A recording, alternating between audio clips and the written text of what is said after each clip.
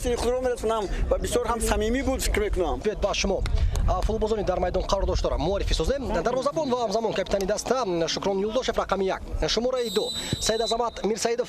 Якчанд нуқтаи дигар қайд намоем ки имрӯз бо тактикаи 4-4-2 дастаи Тоҷикистон баромад мекунад. Дастаи ҷавонони Ӯзбекистон дар ҳуҷум қарор доранд. Партов Тиёба дохили ҷаримаго имконият зарба ва бубинед ки аз хатаки дарвоза тӯбро зада баровард. Футболбози дастаи мо Шорух Сангов буд агар иштибоҳ накунам. Бале маҳз он нагузошт ки тӯб ба дарвозаи мо дар ибтидои рақобат ворид шавад. Муҳриддин Ҳасанов аллакай имконияти баргардондани ин зарбаро пайдо накард. Пасиёлӣ буд ба дохили ҷаримаго. Офсайд нест. Бо як коркарди тӯб зарбаро иҷро мекунад шумораи 9 Улуғбек Ҳошимов. дар ин ҷо каме ҳам бошад ба саросемагӣ роҳ дод ва мавқеи худро аз даст дод ва ӯро гузашта буданду хуб ба бахти мо хеле моҳирона шуд. Ислом Зоиров зарбаи ӯ хеле вазъияти хавфнок. ин ҳам бисёр ҳолати хуб барои мо. аз нигоҳи ҳолатҳо фикр мекунам ки ин ҷо баробарӣ аст ва Ислом Зоиров бисёр зарбаи хуб ҳам зад. Ислом Зоиров як муддати муайян носе бардошта буд ва дар бозиҳои Лигаи олӣ дар дастаи Локомотив Помир ҳунарнамоӣ намекард. Пас аз бозгашти худ партофти олӣ ба Эмомалӣ Аҳмадхон камнава буд ва имконияти голзанӣ буд. Зоиров бисёр олӣ ва ин як ҷасти зебои дарвозабон Шукрон Юлдошев ҳам дар ёди мо монд. Кӯмак расонида мешавад ин ҷо Эмомалӣ Аҳмадхон.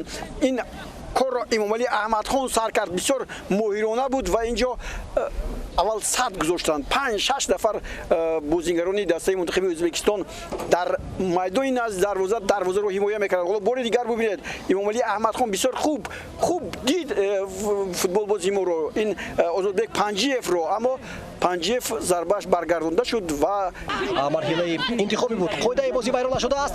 Партов ба самти пеш ҳолати нобозӣ нест. Як бар як Ислом Зоиров. Ислом зарба ва дарвозабон ин зарбаро бармегардонад. Имконияти беҳтарин дар қисмати аввал барои дастаи мо ки дарвозаи рақибро рах накунад. Дастаи Ӯзбекистон баргардони зарба хелам мураккаб гардад. Пасиёли Алиҷони Кароматлузода иштибоҳи хатти муҳофизаи Ӯзбекистон ва зарбаи хуб аммо то андозаи зарурӣ иҷроиши зарбаҳои дақиқ дар сатҳи зарури набуд. Ва ҳамин тариқ садои таки худро баланд мекунад Насрулло Кабиров. Маълум доди он аст ки қисми аввал ба анҷом расидааст. 15 дақиқа талаффуз дӯстони азиз. Баъдан бармегардем ба варзишгоҳи 20-солагии Истиқлолияти Давлатии Ҷумҳурии Тоҷикистон. Моро тарк накунед.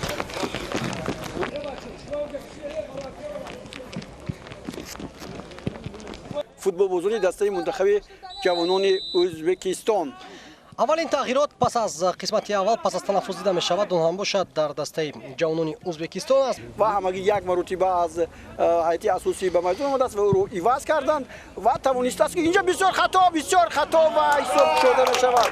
инҷо бинед муҳофизатгарони мо ба чӣ коре рух доданд ки инҷо Улуғбек Ҳошимов оне ки корти зарб гирифта буд ҳисобро боз кунад. зарбаҳои аниқ набуданд.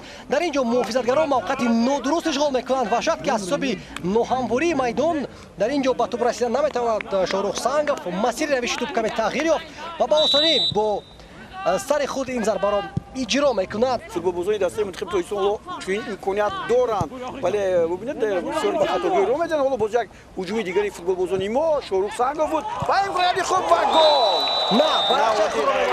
довари ғайрибозӣ аст. бале ин вазъият дар сатҳи баланд буд дар иҷрои Рустам. бори дигар мутаваҷҷеҳ мешавем. Ислом Зоиров инҷо ҳолати каме барвақттар ҳаракати худро оғоз кард. Рустам Зоиров аз дастаи АГМК Ӯзбекистон ки хеле қафо монд.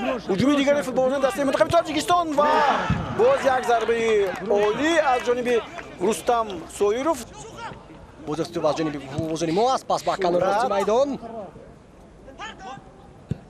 Парвиз Ҳоҷиев ба иштибоҳ роҳ медиҳад дар ҳоли пасдиҳӣ.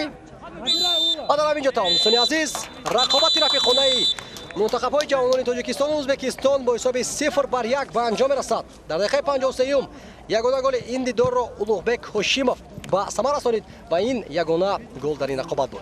дӯстони гиромӣ, дар ҳамин ҷо гузоришамонро аз варзишгоҳи 20-солагии Истиқлолияти шаҳри Хуҷанд ба анҷом мерасонем. натиҷаи бозии ояндаро интизор мешавем ки ба нафъи дастаи мунтахаби Тоҷикистон анҷом меёбад. албатта дар ин бозӣ мо фурсатҳои голзанӣ доштем, аммо онро истифода набурдем. дастаи каме беҳтар буда дар ин бозӣ ғалаба ба даст овард. пас аз 10 дақиқа дӯстони азиз дар варзишгоҳи Локомотиви шаҳри Тошканд бозии рафиқонаи тимҳои миллии Ӯзбекистон ва Тоҷикистон баргузор мегардад. телевизионҳои варзиш ва футбол он дидорро ба таври мустақим барои шумо пешкаш мекунад.